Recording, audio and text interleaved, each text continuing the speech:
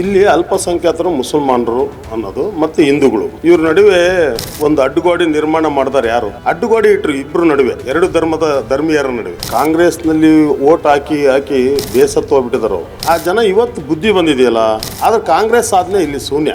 ಅವ್ರು 100 ಕೋಟಿ ಖರ್ಚು ಮಾಡಿದ್ರು ನಾವು ಕೈ ಮುಕ್ಕೊಂಡು ಹೋದ್ರು ಓಟ್ ಮಾಡೋ ಜನ ಇದಾರೆ, ಓಟ್ ಹಾಕೋ ಜನ ಇದಾರೆ. ಅವ್ರಿಗೆ ಕೊಟ್ರೇನು ಬಿಟ್ರೇನ್ರಿ, ನಮ್ಮ ಪಕ್ಷ ಇಲ್ಲಿ ಗೆಲ್ಲಿಸ್ತೀವಿ. ವಿನಯ್ ಕುಮಾರ್ ಪಾರ್ಟಿ ಬರಲಿ, ಆದ್ರೆ ಎಲೆಕ್ಷನ್ ಬರೋದು ಬೇಡ. ಸಿದ್ದರಾಮಯ್ಯಗಿಂತ ದೊಡ್ಡರಲ್ಲ ಯಾರು ಮಿಸ್ಟರ್ ವಿನಯ್ ಕುಮಾರ್. ನೀವು ಸಣ್ಣ ಆಗ್ಬೇಕಲ್ವಾ? ಅದು ಒಂದು ಉತ್ತಮ ಆಹಾರದಿಂದ ಸಣ್ಣ ಆಗ್ಬೇಕಲ್ವಾ? ಪ್ರತಿದಿನ ನಮ್ಮ ಜೀನಿ ಸ್ಲಿಮ್ನ ಯೂಸ್ ಮಾಡಿ ಯಾವುದೇ ಸೈಡ್ ಎಫೆಕ್ಟ್ ಇಲ್ದಂಗೆ ನೀವು ಸಣ್ಣ ಆಗ್ತೀರಾ. ದಾವಣಗೆರೆ ದಕ್ಷಿಣ ವಿಧಾನಸಭಾ ಕ್ಷೇತ್ರ, ಇನ್ನು ಶಾಮನೂರು ಶಿವಶಂಕರಪ್ಪನವರು ನಿಧನದ ಬಳಿಕ ಉಪಚುನಾವಣೆ ಎದುರಾಗಿರ್ತಕ್ಕಂಥದ್ದು. ಅಂದರೆ ಸಾಕಷ್ಟು ಈ ಬಾರಿ ಚುನಾವಣೆ ಕಣ ಸಾಕಷ್ಟು ರಂಗೇರಿರ್ತಕ್ಕಂಥದ್ದು. ನಮ್ಮ ಜೊತೆಗೆ BJPಯ ಪ್ರಬಲ ಆಕಾಂಕ್ಷಿ MP ಕೃಷ್ಣಮೂರ್ತಿ ಪವಾರ್ ಅವ್ರದ್ದಿದ್ದಾರೆ. ಅವ್ರ ಜೊತೆ ಮಾತಾಡ್ತೇನೆ. ಸಾಕಷ್ಟು RSSನಲ್ಲಿ ಸಕ್ರಿಯ ಕಾರ್ಯಕರ್ತರಾಗಿದ್ದರು. ಸುಮಾರು BJPಯಲ್ಲಿ ಸಾಕಷ್ಟು ಜವಾಬ್ದಾರಿಗಳನ್ನು ನಿಭಾಯಿಸಿರ್ತಕ್ಕಂಥವ್ರು. ಅಂದರೆ ಯಾಕೆ ಇಲ್ಲಿರ್ತಕ್ಕಂಥ ಕಾರ್ಯಕರ್ತರಿಗೆ ಒಮ್ಮೆ ಆದರೂ ಟಿಕೆಟ್ ಕೊಡ್ಬೋದಿತ್ತ ಅಂಥೇಳಿ ಸಾಕಷ್ಟು ಇಲ್ಲಿರ್ತಕ್ಕಂಥ ಕಾರ್ಯಕರ್ತರು ಕೂಡ ಮಾತಾಡಿದರು. ಈಗ ಅವರು ನಮ್ಮ ಜೊತೆ ಇದ್ದಾರೆ, ಅವರನ್ನು ಕೂಡ ಮಾತಾಡಿಸ್ತಾನೆ. ಈ ಬಾರಿ ಎಲೆಕ್ಷನ್ ಹೇಗೆ ನಡೀತಾ ಇದೆ ಸರ್?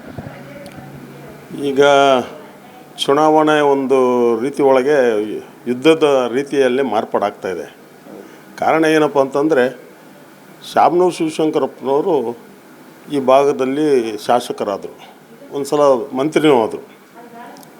ಮತ್ತು ಶಾಸಕರಾಗಿ ಕೆಲಸ ಮಾಡ್ತೇನೆ ಅಂತ ಬಂದರು. ಆದರೆ ಅವರು ನಾವು ಆ್ಯಕ್ಚುಲಿ ಏನಪ್ಪ ಅಂದರೆ ಅವ್ರು ಶತಾಯುಷಿ ಆಗಬೇಕು ಅಂದವ್ರು. ನಾವು BJP ಇದ್ದು ಅವ್ರು ಕಾಂಗ್ರೆಸ್ ಇದ್ರೂ ನಾವು ಸಿದ್ಧಾಂತದ ಅಡಿ ಒಳಗೆ ಬೆಳೆದಿರ್ತಕ್ಕಂಥವ್ರು. ಯಾರ ಸಾವನ್ನು ಬಯಸಲಾರ್ದವ್ರು ನಾವೆಲ್ಲ. ಎಲ್ಲರೂ ದೀರ್ಘಾಯುಷಿ, ಎಲ್ಲರೂ ಚಿರಂಜೀವಿಗಳಾಗಬೇಕು ಅನ್ನೋರು. ಹಾಗೆ ಅವರು ಶತಾಯುಷಿ ಆಗಲಿ ಅಂತಂದು ಆಸ್ಪಟೋರಲ್ಲಿ ನಾವು ಒಬ್ಬರು. ಆದರೆ ಅವ್ರು ಶತಾಯುಷಿ ಆಗೋದು ಬಿಟ್ಟು ಅವ್ರ ವೈಯಕ್ತಿಕ ಅವ್ರ ಫ್ಯಾಮಿಲಿ ವಿಚಾರದಾಗ ಚಿಂತೆಗೀಡಾಗಿ ಆಸ್ಪತ್ರೆ ಸೇರಿಬಿಟ್ಟು ತಿರ್ಕೊಂಡ್ಬಿಟ್ರು. ಅದು ತುಂಬ ನೋವಿನ ಸಂಗತಿ ಅದು. ಹಾಗಾಗಿ ಈ ಸಲ ಚುನಾವಣೆ ಇದು ಬರುತ್ತೆ ಅಂತ ನಾವು ಅಂದ್ಕೊಂಡಿದ್ದಿಲ್ಲ. ಯಾಕೆಂದರೆ ಅವರು ಶತಾಯುಷಿಗಳಾಗ್ತಾರೆ. ಈ ಬಾರಿ ಇನ್ನೇನು 28ಕ್ಕೆ ಚುನಾವಣೆ ಅಂದ್ಕೊಂಡಿದ್ವಿ. ಆದರೆ ಈ ಒಂದು ಸಮಯ ಬರುತ್ತೆ ಅಂತ ಯಾರೂ ಗೆಸ್ ಮಾಡಿದ್ದಿಲ್ಲ. ಬಂದಿದೆ. ಅದನ್ನು ಮತ್ತು ಈಗ ಉಪಚುನಾವಣೆ ಒಳಗೆ ನಾನು ಒಬ್ಬ ಆಕಾಂಕ್ಷೆಯಾಗಿ ಮುಂದಿನ ದಿನದಲ್ಲಿ ಏನಾದರೂ ಒಂದು ಸಾಧನೆ ಮಾಡಬೇಕು ಅನ್ನೋ ಭಾವನೆ ಒಳಗೆ ಇದ್ದೀನಿ ಸರ್. ಖಂಡಿತ ಸರ್. ಅಂದರೆ ದಾವಣಗೆರೆ ದಕ್ಷಿಣ ವಿಧಾನಸಭಾ ಅಂತಂದರೆ ಕಾಂಗ್ರೆಸ್ನ ಒಂದು ಭದ್ರಕೋಟೆ. ಸೊ ಅಂದರೆ BJPಯವರು ಸಾಕಷ್ಟು ಬಾರಿ ಶತಾಯಗತಾಯ ಗೆಲ್ಲಬೇಕಂತ ಸಾಕಷ್ಟು ಪ್ರಯತ್ನ ಪಟ್ಟರು, ಆದರೂ ಕೂಡ ಆಗಲಿಲ್ಲ. ಈ ಬಾರಿ ಒಂದು ಏನೋ ಅವಕಾಶ ಸಿಕ್ಕಿದೆ. ಯಾಕಂದರೆ ಶಾಮನೂರು ಶಿವಶಂಕರಪ್ಪನವ್ರಿಗೆ ಒಂದು ಕಡೆ ನಿಧನದ ನಂತರ ತೆರವಾದಂಥ ಕ್ಷೇತ್ರಕ್ಕೆ ಒಂದು ಕಡೆ ಅಲ್ಪಸಂಖ್ಯಾತರು ಶತಾಯಗತಾಯ ಟಿಕೆಟ್ ಕೊಡಲೇಬೇಕಂತೇಳಿ ಪಟ್ಟು ಹಿಡಿದಿರ್ತಕ್ಕಂಥದ್ದು. ಒಂದು ಕಡೆ ಜಮೀರ್ ಅಹ್ಮದ್ ಅಲ್ಪಸಂಖ್ಯಾತರಿಗೆ ಟಿಕೆಟ್ ಕೊಡಬೇಕಂತ ಒಂದು ಕಡೆ ಆದರೆ, ಇನ್ನೊಂದು ಕಡೆ ಕಾಂಗ್ರೆಸ್ನಿಂದ ಅಂದರೆ ಈಗಾಗಲೇ ಸಚಿವರು ಮಲ್ಲಿಕಾರ್ಜುನ ಅವರ ಮಗನಿಗೆ ಟಿಕೆಟ್ ಕೊಡಬೇಕಂತೇಳಿ ಅವರು ಒಂದು ಶತಾಯಗತಾಯ ಪಟ್ಟು ಹಿಡಿದಿರ್ತಕ್ಕಂಥದ್ದು. ಅಂದರೆ ಇಬ್ಬರು ಜಗಳದಲ್ಲಿ ಈ ಬಾರಿಗೆ BJPಗೆ ಏನೋ ಒಂದು ಕಡೆ ಪ್ಲಸ್ ಆಗುವಂಥ ಸಾಧ್ಯತೆಗಳಿದೆಯಾ ಸರ್? ನಿಜವಾಗ್ಲೂ ಸತ್ಯವಾಗಲೂ ಅವಕಾಶ ಕೂಡಿ ಬಂದಿದೆ. ಯಾಕೆಂದರೆ ಇಲ್ಲಿ ಅಲ್ಪಸಂಖ್ಯಾತರು ಮುಸಲ್ಮಾನರು ಅನ್ನೋದು ಮತ್ತು ಹಿಂದೂಗಳು ಇವ್ರ ನಡುವೆ ಒಂದು ಅಡ್ಡುಗೋಡಿ ನಿರ್ಮಾಣ ಮಾಡಿದಾರೆ. ಯಾರು? ಹಿಂದೂ ಮತ್ತು ಮುಸಲ್ಮಾನರು ಯಾವಾಗಲೂ ಭಾವೈಕ್ಯತೆಯಂತ ಇದ್ದಂಥ ಕ್ಷೇತ್ರ ಇದು. ಇಲ್ಲಿ ಅಡ್ಡುಗೋಡಿ ಇಟ್ಟರು ಇಬ್ಬರು ನಡುವೆ, ಎರಡು ಧರ್ಮೀಯರ ನಡುವೆ. ಆ ಗೋಡಿ ನಿರ್ಮಾಣ ಮಾಡಿದಾರೆ ಯಾರು ಅಂದ್ರೆ ಕಾಂಗ್ರೆಸ್. ಯಾಕೆ? ವೋಟ್ ಬ್ಯಾಂಕಿಗೋಸ್ಕರ ಈ ಗೋಡಿ ನಿರ್ಮಾಣ ಮಾಡಿ ಇವತ್ತು ನಿಜವಾಗ್ಲೂ ನಾವು ಅದನ್ನು ಒಗ್ಗೂಡಿಸ್ಬೇಕು ಅನ್ನೋ ಭಾವನೆ ಒಳಗೆ ನಾವು ಇದ್ದೀವಿ. ಯಾಕೆಂದರೆ ಹಿಂದೆ ನಾನು 2007, 8, 9 ಚುನಾವಣೆ ಒಳಗೆ ಮಹಾನಗರ ಪಾಲಿಕೆ ಸದಸ್ಯನಾಗಿ ಅಲ್ಲಿ ಕೆಲವು ನನ್ನ ಅಲ್ಪಸಂಖ್ಯಾತರು ಸ್ನೇಹಿತರುಗಳಿದ್ದರು. ಆ ಅಲ್ಪಸಂಖ್ಯಾತರ ಇದಕ್ಕೆ ಯಾವುದೇ ಭೇದ ಭಾವ ಇಲ್ಲದೆ ಆ ಸಂದರ್ಭದಲ್ಲಿ ಮಂತ್ರಿಯಾಗಿರ್ತಕ್ಕಂಥವ್ರು ರವೀಂದ್ರನಾಥ್, ಜಿಲ್ಲಾ ಉಸ್ತುವಾರಿ ಸಚಿವರಿದ್ದರು. ಎಲ್ಲರಿಗೂ ಸಮಬಾಳು, ಸರ್ವರಿಗೂ ಸಮಬಾಳು ಅಂತ ಒಂದು ವೇದ ವಾಕ್ಯದಲ್ಲಿ ಎಲ್ಲರಿಗೂ ಸಮಾನತೆಯಿಂದ ಗ್ರ್ಯಾಂಟ್ಗಳು ಕೊಟ್ಟಿದ್ದಾರೆ. ಹಂಗಾಗಿ ಭೇದ ಭಾವ ಮಾಡಿಲ್ಲ. ಕಾಂಗ್ರೆಸ್ನವ್ರು ಭೇದ ಭಾವ ಮಾಡಿದ್ದಾರೆ. ಇನ್ನೊಂದು ಸರ್, ಮೂಢನಂಬಿಕೆ ಹುಟ್ಟಿಸ್ತಾ ಇದ್ದಾರೆ. ಬಿ ಜೆ ಪಿಯವರು ಈ ಭಾಗದಲ್ಲಿ ಅಧಿಕಾರಕ್ಕೆ ಬಂದರೆ ಮನೆಗಳು ನುಗ್ಗಿಬಿಡ್ತಾರೆ, ಬಿ ಜೆ ಪಿಯವರು ಅಂದರೆ ಮುಸ್ಲಿಮನ್ನು ಹೊಡೆದು ಓಡಿಸ್ಬಿಡ್ತಾರೆ ಅಂತ ಏನೋ ಒಂದು ಮೂಢನಂಬಿಕೆ ಹುಟ್ಟಿಸ್ತಿದ್ದಾರೆ. ಅದನ್ನು ಹುಟ್ಟಿಸ್ತಕ್ಕಂಥವ್ರು ಯಾರಂತ ತಮಗೂ ಕೂಡ ಗೊತ್ತು. ಸಾಕಷ್ಟು ಅಂದರೆ ಅಲ್ಲಿರ್ತಕ್ಕಂಥ ಒಂದು ಕಡೆ ಹೆಗಡೆ ನಗರದಲ್ಲಿ, ಇನ್ನೊಂದು ಕಡೆ ಅಖ್ತರ್ ಸರ್ಕಲಲ್ಲಿ ಹೋದಾಗ ಅಲ್ಪಸಂಖ್ಯಾತ ನಾಯಕರು ಹೇಳ್ತಾರೆ, ಇದೊಂದು ಬಾರಿ ಅವಕಾಶ ಕೊಟ್ಟು ನೋಡ್ಬೋದಲ್ಲ ಬೇರೆ ಪಕ್ಷಕ್ಕೂ ಅಂತಾರೆ. ಅಂದರೆ ಇನ್ನೊಂದು ಸಿಂಪದಿ ಇದೆ ಬಿ ಜೆ ಪಿ ಮೇಲೆ ಅಂತ. ಹೌದೌದು, ಇದೆ ಇದೆ ಇದೆ ಇದೆ. ಅಲ್ಲಿ ಒಂದು ಕಡೆ ಕುಟುಂಬಕ್ಕೆ ಮಣ್ಣೊತ್ತದ್ದು ಸಾಕಾಗಿದೆ ನಮಗೆ, ಈ ಬಾರಿ ಬದಲಾವಣೆ ಖಂಡಿತ ಅಂಥೇಳಿ ಅಲ್ಪಸಂಖ್ಯಾತ ನಾಯಕರು ಹೇಳ್ತಾರೆ. ಅಂದರೆ ಈಗ ಏನಾಗುತ್ತೆ, ಅಲ್ಪಸಂಖ್ಯಾತ ನಾಯಕರಿಗೆ ಟಿಕೆಟ್ ಕೊಡದೇ ಇದ್ದಾಗ ಬಿ ಜೆ ಪಿಗೆಲ್ಲ ಒಂದು ಕಡೆ ಪ್ಲಸ್ ಆಗುವಂಥ ಸಾಧ್ಯತೆಗಳು 100ಕ್ಕೆ 100. ಯಾಕೆಂತಂದರೆ ಇವರು ಏನು ಇವತ್ತಿನ ದಿವಸ ಕಾಂಗ್ರೆಸ್ನಲ್ಲಿ ಓಟ್ ಹಾಕಿ ಬೇಸತ್ತು ಹೋಗ್ಬಿಟ್ಟಿದ್ದಾರೆ ಅವರು. ವೋಟ್ ಬ್ಯಾಂಕ್ ಲಾಸ್ಟ್ ಟೈಮೇ ಆ್ಯಕ್ಚುಲಿ ಬಿ ಜೆ ಪಿ ಗೆಲ್ಲುತ್ತಿತ್ತು. ಆದರೆ ಕಾರಣಾಂತರವಾಗಿ ಶಾಮನೂರು ಇದೊಂದು ಸಲ ನಮಗೆ ಅವಕಾಶ ಮಾಡಿಕೊಡ್ರಿ ಅಂದಕ್ಕೆ ಆ ಜನ ಏನೋ ಮರಳಾಗಿ ವೋಟ್ ಮಾಡಿದ್ದಾರೆ. ಆ ಜನ ಇವತ್ತು ಬುದ್ಧಿ ಬಂದಿದೆಯಲ್ಲ, ಅವರು ನಿಜವಲ್ಲ, ಅದು ಅವ್ರ ಪಕ್ಷದ ಆಂತರಿಕ ವಿಚಾರ, ನಾನು ಮಾತಾಡಬಾರ್ದು. ಆದರೆ ಕಾಂಗ್ರೆಸ್ ಸಾಧನೆ ಇಲ್ಲಿ ಶೂನ್ಯ ಇದೆ. ಯಾಕಂತಂದರೆ ನಾವು ಸರ್ವರ್ಗೂ ಸಮಬಾಳು ಪಾಲು ಅಂತಂದು ಹೇಳಿ ಬಂದಿರೋರು ನಾವು. ಯಾಕಂದರೆ ಯಡಿಯೂರಪ್ಪ ಅವ್ರು ಮುಖ್ಯಮಂತ್ರಿ ಆದಾಗ ಕೇವಲ 18% ಇದ್ದಿದ್ದು 22% ಜಾಸ್ತಿ ಮಾಡಿದರು ಅದೇನು ಅಮೌಂಟ್ಗಳ್ನ. ಆಮೇಲೆ 72.5 ಆ ಎಲ್ಲ ಸರ್ವ ಜಾತಿ ಜನಾಂಗದ ಆರ್ಥಿಕವಾಗಿ ಹಿಂದುಳಿದವ್ರಿಗೆ ಕೊಟ್ಟರು. ಅಂಗವಿಕಲರಿಗೆ 3% ತೆಗೆದ್ರು. ಇವೆಲ್ಲವೂ ಸರ್ವರ್ಗೂ ಸಮಬಾಳು ಅಲ್ಲಿ ಬಂದಿದೆ. ಅದನ್ನು ನಾನು ಕಾರ್ಪೊರೇಟರ್ ಚೇರ್ಮನ್ ಆದಂಥ ಸಂದರ್ಭದೊಳಗೆ, ನಾನು ಆರೋಗ್ಯ ಸ್ಥಾಯಿ ಸಮಿತಿ ಅಧ್ಯಕ್ಷ ಆದಾಗ ಇಡೀ ದಾವಣಗೆರೆ ಒಳಗೆ ಏನು ಹೊಸದಾಗಿ 2007ರಲ್ಲಿ ಮಹಾನಗರ ಪಾಲಿಕೆ ವ್ಯಾಪ್ತಿಯಲ್ಲಿ ಬರ್ತಾ ಔರ್ಗೆರೆ, ಬಸಾಪುರ, ಹೀಗೆ ನಿಟುವಳ್ಳಿ, ಮತ್ತು ಈಗ ಹೊಸ ಬಡ ಕರೂರು, ಯರಗುಂಟಿ ಈ ಭಾಗಕ್ಕೆ ಇಂಡಿವಿಜುವಲ್ ಎಲ್ಲ ಬಹಿರಂಗವಾಗಿ ಟಾಯ್ಲೆಟ್ಗೆ ಹೋಗ್ತಿದ್ರು ಜನ. ಅದನ್ನು ನಾವು ಏನಾದರೂ ಇದಕ್ಕೆ ಒಳ್ಳೇದು ಮಾಡಬೇಕು ಅಂತಂದು ಜಿಲ್ಲಾಧಿಕಾರಿಗಳನ್ನ ಹಿಡ್ಕೊಂಡು ಇಂಡಿವಿಜುವಲ್ ಟಾಯ್ಲೆಟ್ಗಳು ಮಾಡಿಸಿದ್ವಿ. ಅದು ಹೆಂಗೆ ಅಂದರೆ ಅದಕ್ಕೆ ಬರೋ 7,000 ರೂಪಾಯಿ ಮೇಲೆ 8,000 ರೂಪಾಯಿ ಕೊಡೋಕ್ಕೆ ಬರೋಲ್ಲ, ಕ್ಯಾಶ್ ಕೊಡ್ತೇವೆ ಅಂದರು. ಕ್ಯಾಶ್ ಎಲ್ಲ ಕಟ್ಸ್ಕೊಡ್ಬೇಕು ಅಂತ ನಿಂತ್ಕೊಂಡು ಅವತ್ತಿನ ದಿವಸ ನಾವು 5,000 to 6,000 ಇಂಡಿವಿಜುವಲ್ ಟಾಯ್ಲೆಟ್ಗಳನ್ನ ಕಟ್ಸ್ಕೊಟ್ಟಿದ್ದೀವಿ. ಹೌದು. ಆವಾಗ ಅದು ನಮ್ಮದು ಸಾಧನೆ ಅದು. ಆ ಸಂದರ್ಭದಲ್ಲಿ ನಮಗೆ ಸ್ಪಂದಿಸಿದರು ರವೀಂದ್ರನಾಥ್ ಮತ್ತು ನಮ್ಮ ಸಂಸದರಾದಂತಹ GM ಸಿದ್ದೇಶಣ್ಣವರು. ಯಾಕೆಂದರೆ ಮಾಡಿರೋನ್ನ ನಾವು ಇದು ಮಾಡಲೇಬೇಕು, ಹೇಳಲೇಬೇಕು. ಹಾಗೆ ಮತ್ತು ಸುಮಾರು ಸಾವಿರಾರು ಜನಕ್ಕೆ ರಾಟೆ ಕೊಡಿಸಿದ್ದೀವಿ, ಸಿಲಿಂಡ್ರ್ ಗ್ಯಾಸ್ ಕೊಡಿಸಿದ್ದೀವಿ. ಏನು ಮತ್ತು ಹಲವಾರು ಜನಕ್ಕೆ ನಿರುದ್ಯೋಗಿಗಳಿಗೆ ಇವ್ರು ಯಾರಿಗೆ ತರಗಾರರಿಗೆ ಅವರಿಗೆ ಮಿಷಿನ್ ಕೊಡಿಸಿದ್ದೀವಿ, ಕಟಿಂಗ್ ಮಾಡೋರಿಗೆ ಮಿಷಿನ್ ಕೊಡಿಸಿದ್ದೀವಿ, ಬ್ಯಾಗ್ ಕೊಡಿಸಿದ್ದೀವಿ. ಹಿಂಗೆ ಹಲವಾರು ಸಾಧನೆ ಮಾಡಿದ್ದೀವಿ. ಆ ಸಂದರ್ಭದೊಳಗೆ ನಮ್ಮ ಮಾದಮ್ಮ ಮುನಿಸ್ವಾಮಿ ಅಂತಂದು, ಆಮೇಲೆ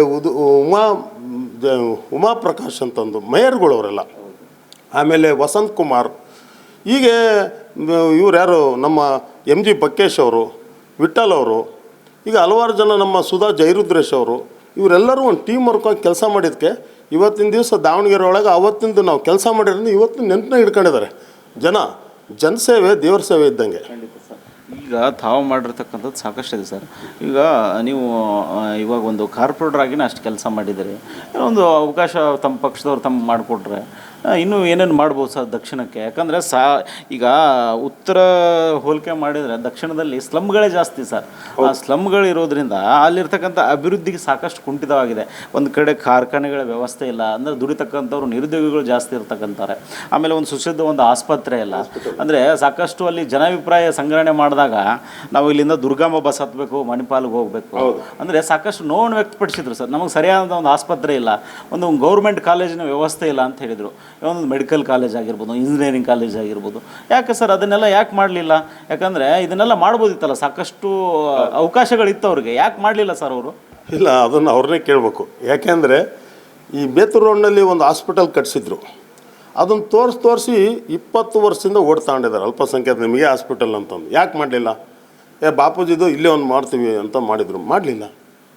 ಅದಕ್ಕೆ ಅವರೇ ಉತ್ತರ ಕೊಡಬೇಕು. ಜನ ಇವತ್ತು ಭಾಳ ಬುದ್ಧಿವಂತರಾಗಿದ್ದಾರೆ ರೀ, ದಡ್ರೆ ಯಾರಿಲ್ಲ. ನಾನು ಗೆದ್ದು ಬಂದಿದ್ದು ಕಾಂಗ್ರೆಸ್ ಪೇಟಲ್ಲೇ ವಾರ್ಡ್ ನಂಬರ್ ಅವತ್ತಿನ ದಿವಸ ವಾರ್ಡ್ ನಂಬರ್ 8 ಈಗ 2 ವಾರ್ಡ್ ಆಗಿದಾವೆ. ಈಗ 3 ವಾರ್ಡ್ ಆಗ್ತಾಯಿದ್ದಾವೆ.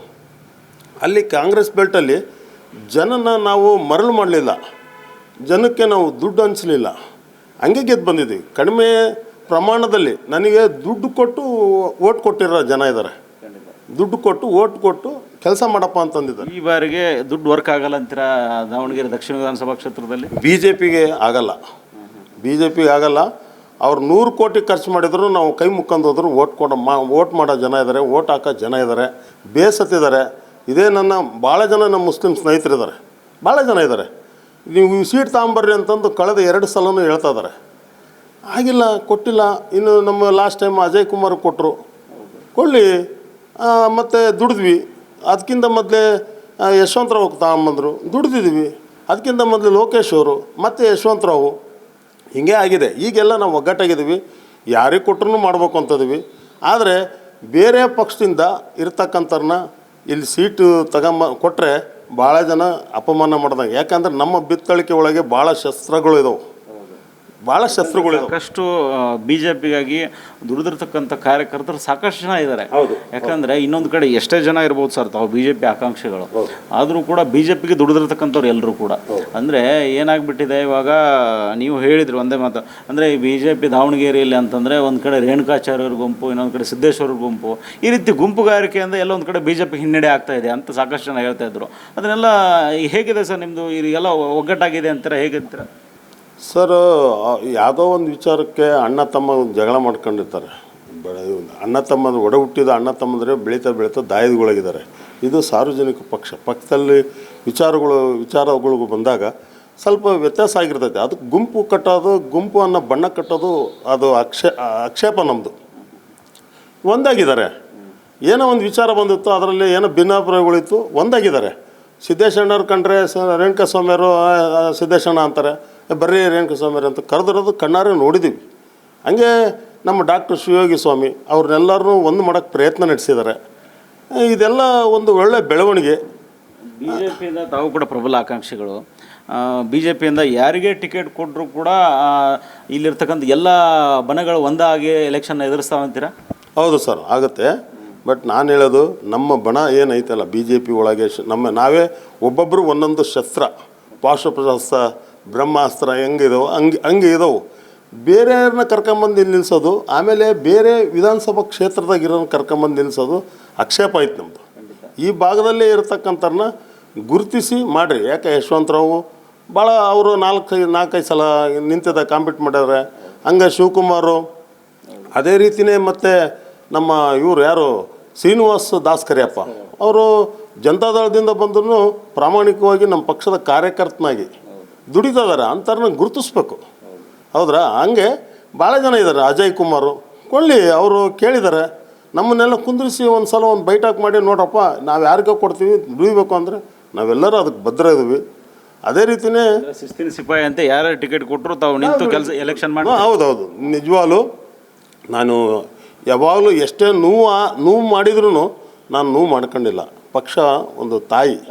ನಾವು ಭಾರತ್ ಮಾತೆನ ಯಾಕೆ ಪೂಜೆ ಮಾಡ್ತೇವೆ ಅಂದರೆ, ಫಸ್ಟು ತಂದೆ ತಾಯಿ, ನಂತರ ಈ ಭಾರತ್ ಮಾತೆ ಭೂಮಿ ಮಾತೆ.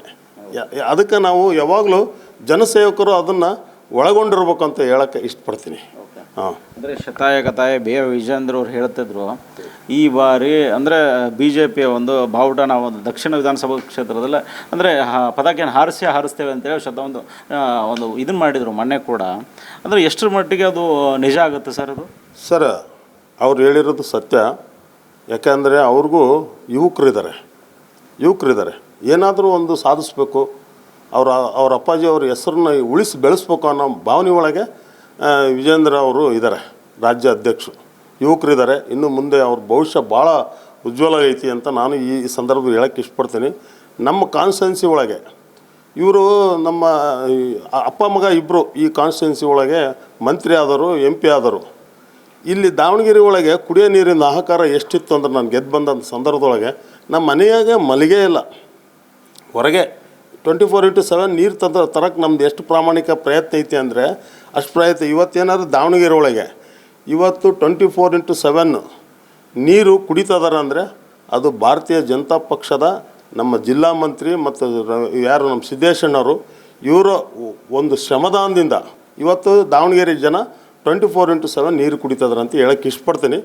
ಅದೇ ರೀತಿ ಜಾಲಿನಗರ ದೇವರಾಜಪುರವನ್ನು ಈ C block, B block, SPS ನಗರ ಈ ರೀತಿ ಬೂದಾಳ ತನಕ ನೀರಿನ ಆಹಾಕಾರ ಹಂಗೆ ಇದ್ದಿಲ್ಲ ರೀ. ಈ ಕಡೆ ಆಜಾದ್ ನಗರ, ಅಹಮದ್ ನಗರ, ಭಾಷಾ ನಗರ. ನಾನು ಮೈಸೂರಿಗೆ ಹಣನ ಒಂದು ಇಲ್ಲಿ ಮಹಾನಗರ ಪಾಲಿಕೆಯಿಂದ ದುಡ್ಡು ಕಟ್ಟಿಸಿ ಒಂದು 5 ಲಕ್ಷ ಚಿಲ್ಲರೆ ದುಡ್ಡು ಕಟ್ಟಿಸಿ ಅಲ್ಲಿದ್ದ ಪರ್ಮಿಷನ್ ತಗೊಂಡು ದೂಡ ಆಫೀಸ್ ಎದುರುಗಡೆಗೆ ಇವತ್ತು ನೋಡಿದರೆ ಗೊತ್ತಾಗುತ್ತೆ ತಮಗೆ ನಾನು ಹೇಳ್ತಾರ ಸುಳ್ಳು ಏನು ಅಂತಂದು. ಅಲ್ಲಿಗೆ ಅದನ್ನು ವರ್ಕ್ ಆರ್ಡ್ರ್ ತರಿಸಿ ಟೆಂಡರ್ ಕರೆಸಿ 1 ಕೋಟಿ ರೂಪಾಯಿ ರವೀಂದ್ರನಾಥ್ ಅವ್ರ ಹತ್ರ ದುಡ್ಡು ಹಾಕಿಸಿ ಕೆಲಸ ಮಾಡಿಸಿಕ್ಕೆ ಇವತ್ತು ಆ ಭಾಗದ ಜನ ಅಷ್ಟು ಜನ ಕುಡಿತದ ನೀರು 24x7 ಇವತ್ತು. ಹೌದು ಭಾಳ ಅನುಕೂಲ ಆಗೈತಿ, ಇಡೀ ದಾವಣಗೆರೆಗೆ ಅನುಕೂಲ ಆಗೈತಿ.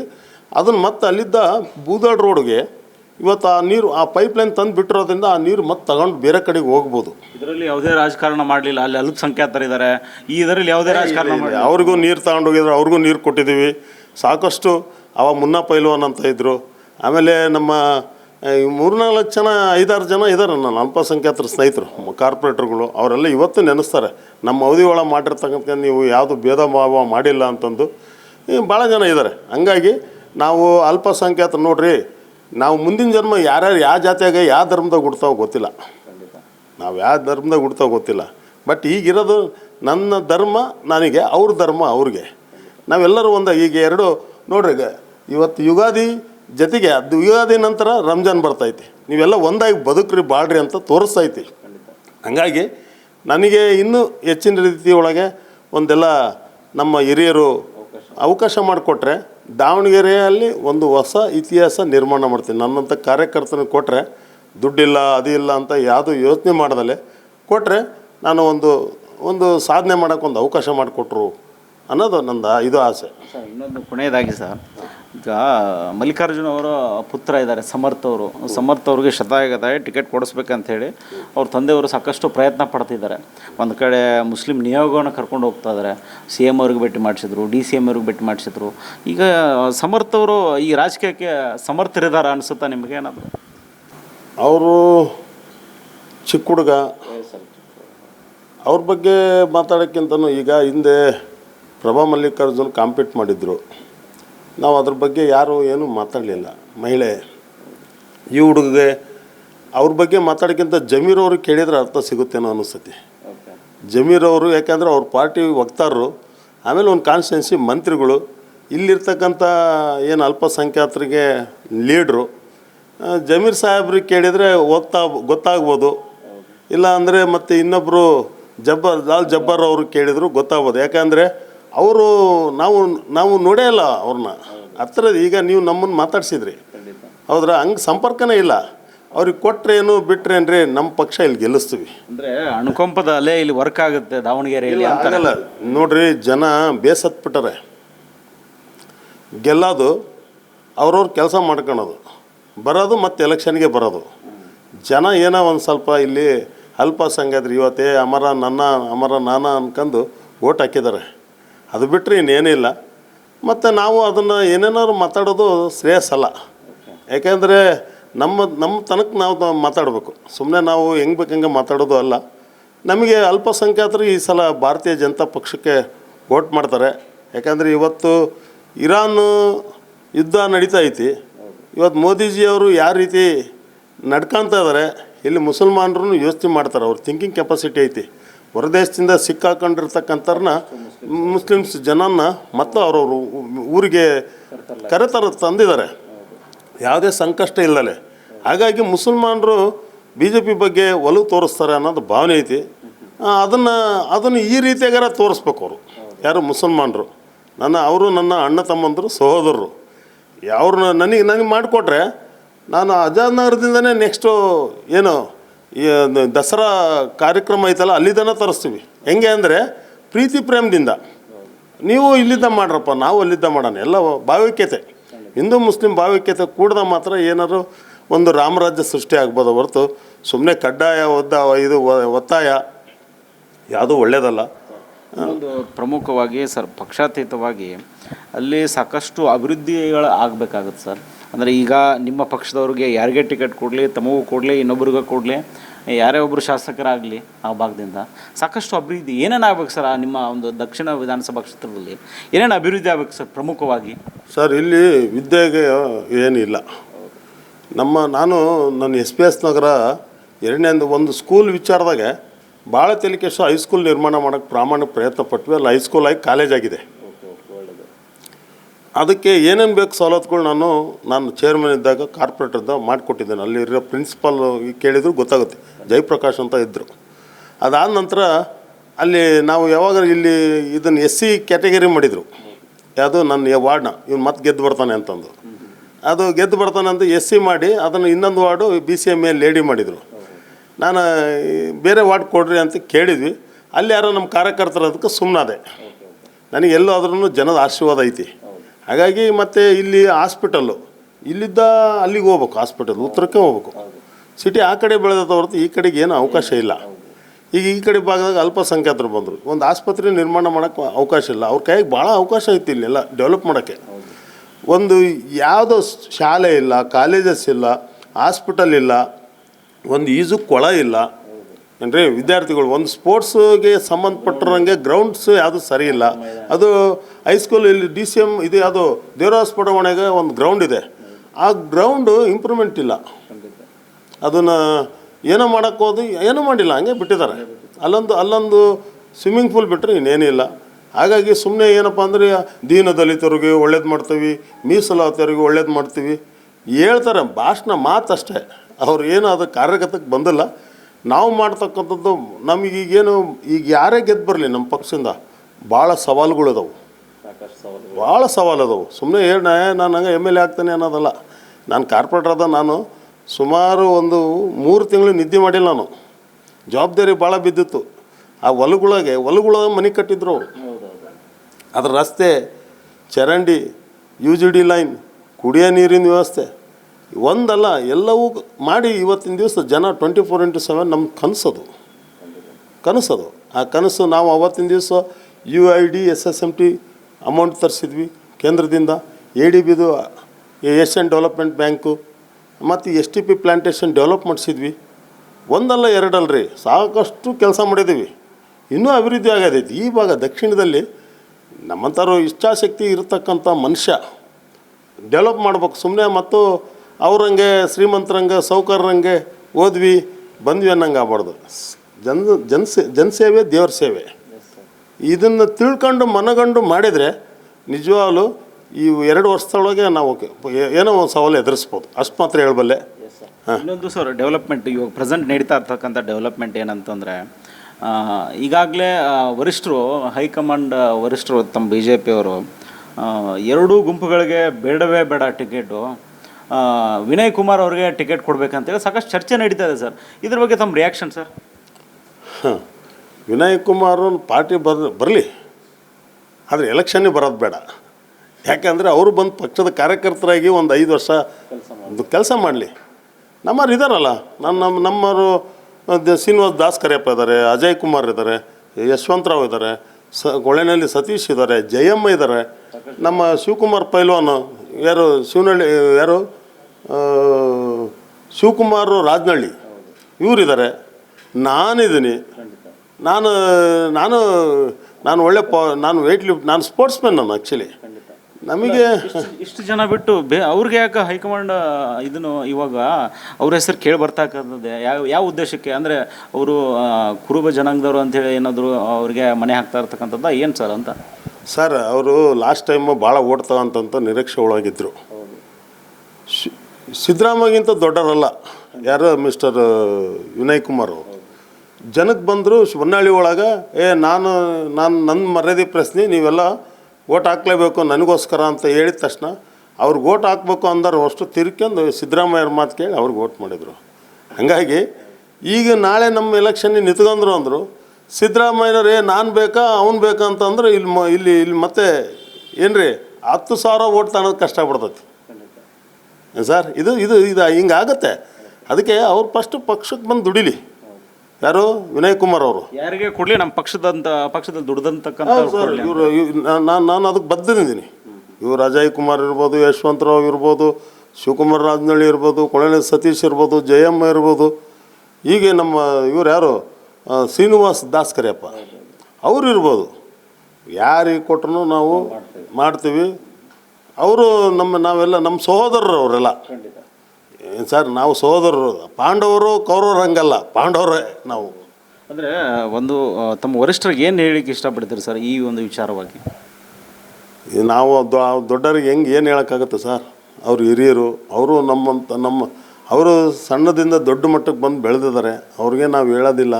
ಬಟ್ ಏನಪ್ಪ ಅಂದರೆ ಎಲ್ಲರನ್ನೂ ಪರಿಶೀಲಿಸಿ ಯಾರು ಇದರಲ್ಲಿ ಸೂಕ್ತದಾರ, ಅವ್ರನ್ನ ಪಕ್ಷಕ್ಕೆ ಯಾರು ಕೆಲಸ ಮಾಡಿದ್ದಾರೆ ಸಿನ್ಸಿಯರಾಗಿ, ಮತ್ತು ಅದರಲ್ಲೂ ಎಲ್ಲದನ್ನೂ ನೋಡಿಕೊಂಡು ನಿರ್ಣಯ ಏನೈತಲ್ಲ ಅವ್ರ ಬಗ್ಗೆ ಪರಿಶೀಲಿಸಿ ಪ್ರತ್ಯಕ್ಷ ನೋಡು ಪರಮಾಣಿಸಿ ನೋಡು ಅಂತ ಹೇಳ್ತಾರಲ್ಲ, ಅದನ್ನು ಪರಿಶೀಲಿಸಿ ಯಾರಿಗೂ ಅನ್ಯಾಯ ಆಗಲಿಲ್ದಂಗೆ ಇದು ಒಂದು ಸೀಟ್ನ ಗೆಲ್ಲ ಅಂತಾರನ್ನ ಪರಿಶೀಲಿಸಿ ಕೊಡ್ರಿ ಅಂತ ನಾನು ಹೇಳೋಕ್ಕೆ ಇಷ್ಟಪಡ್ತೀನಿ. ಆಮೇಲೆ ಅದರಲ್ಲಿ ಎಸ್ಪೆಷಲಿ ಇದು ನಿಸ್ವಾರ್ಥ, ಇದು ಸ್ವಾರ್ಥಿಗಳು ಇರಬಾರ್ದು. ಇಲ್ಲಿ ನಿಸ್ವಾರ್ಥದಿಂದ ಸೇವೆ ಮಾಡ್ತಕ್ಕಂಥವ್ರನ್ನ ಐಡೆಂಟಿಫೈ ಮಾಡಿರಿ. ಇಷ್ಟು ಚಂದೊಳಗೂ ಎಲ್ಲರೂ ನಿಸ್ವಾರ್ಥಿಗಳು ಇರೋದು, ಅದರಲ್ಲಿ ಪರಿಶೀಲಿಸಿ ಕೊಡ್ರಿ. ಅದರಲ್ಲಿ 1 ಗ್ರೇಡ್ 2 ಗ್ರೇಡ್ 3 ಗ್ರೇಡ್ ಅಂತ ಇರುತ್ತಲ್ಲ, ಅದನ್ನು ಮಾರ್ಕ್ಸ್ ಕೊಡ್ತಾರಲ್ಲ ಸರ್. ಇವತ್ತು ಏನು ಒಂದು ಟೆಸ್ಟ್ ಮಾಡಿದ್ರು ಮಾರ್ಕ್ಸ್ ಕೊಡ್ತಾರೆ, ಅದರಲ್ಲಿ ಫಸ್ಟ್ ಸೆಕೆಂಡ್ ಥರ್ಡ್ ಹಿಂಗೆ ಬರುತ್ತಲ್ಲ, ಹಂಗೆ ಪರಿಶೀಲಿಸಿ ಕೊಡಲಿ. ಯಾರನ್ನ ತಗೊಂಬಂದು ಯಾರನ್ನ ಇದು ಮಾಡೋಕ್ಕೆ ಮಾಡಬೇಡ್ರಿ ಅಂತ ಈ ಸಂದರ್ಭದಲ್ಲಿ ನಾನು ಕೈ ಮುಗಿದು ನಮ್ಮ ನಾಯಕರುಗಳಿಗೆ ವಿನಂತಿ ಮಾಡ್ಕೊತೀನಿ. Yes sir, thank you sir, Karnataka TV ಜೊತೆ ಮಾತಾಡಿದ್ದಕ್ಕೆ. ಹ್ಞೂ ಸರ್, ಥ್ಯಾಂಕ್ ಯು ಸರ್. ನೀವು ಬಂದು ನನ್ನ ಮಾತಾಡ್ಸಿದ್ದಕ್ಕೆ ತುಂಬ ಆಭಾರಿಯಾಗಿದ್ದೀನಿ. ಹಾಂ, ತುಂಬ ಧನ್ಯವಾದಗಳು ಸರ್. Thank you. ಇದಿಷ್ಟು ಇಲ್ಲಿರ್ತಕ್ಕಂಥ ಪವಾರ್ ಅವರ ಮಾತಾಗಿರ್ತಕ್ಕಂಥದ್ದು. ಕ್ಯಾಮ್ರಾ ಪರ್ಸನ್ ಹೇಮಂತ್ ಜೊತೆ ಸಂಗಮೇಶ್ ಸತ್ತಿಗಿರಿ, ಕರ್ನಾಟಕ ಟಿವಿ, ದಾವಣಗೆರೆ. ನೀವು ಸಣ್ಣ ಆಗ್ಬೇಕಲ್ವಾ? ಅದು ಒಂದು ಉತ್ತಮ ಆಹಾರದಿಂದ ಸಣ್ಣ ಆಗ್ಬೇಕಲ್ವಾ? ಪ್ರತಿದಿನ ನಮ್ಮ ಜೀನಿ ಸ್ಲಿಮ್ನ ಯೂಸ್ ಮಾಡಿ ಯಾವುದೇ ಸೈಡ್ ಎಫೆಕ್ಟ್ ಇಲ್ದಂಗೆ ನೀವು ಸಣ್ಣ ಆಗ್ತೀರಾ.